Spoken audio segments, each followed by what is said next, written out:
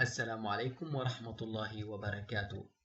اليوم سنتعرف على طريقة دمج مجموعة من ملفات ال PDF في ملف واحد. أولا نتوجه إلى الموقع smallpdf.com ومن ثم نقوم برفع الملفات المراد دمجها إلى الموقع. الموقع يقوم بعدة خدمات ولكن سنشرح فقط هذه الخدمة المجانية من الموقع.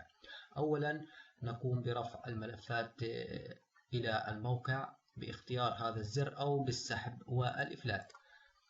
سأقوم برفع الملفين التاليين. يقوم البرنامج أو الموقع الآن برفع الملفات إليه.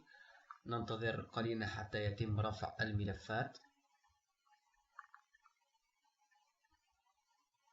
بعد رفع الملفات يتحدد هذا الزر وهو دمج ملفات PDF. نضغط عليه لدمج الملفات. ننتظر قليلا فقط بضع ثواني. لقد قام الموقع بدمج الملفات معا في ملف واحد.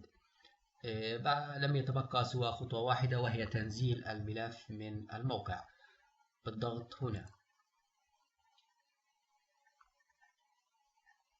لقد تم تحميل الملف على الجهاز وهو ناتج دمج ملفين وأصبح ملف واحد. والسلام عليكم ورحمة الله وبركاته.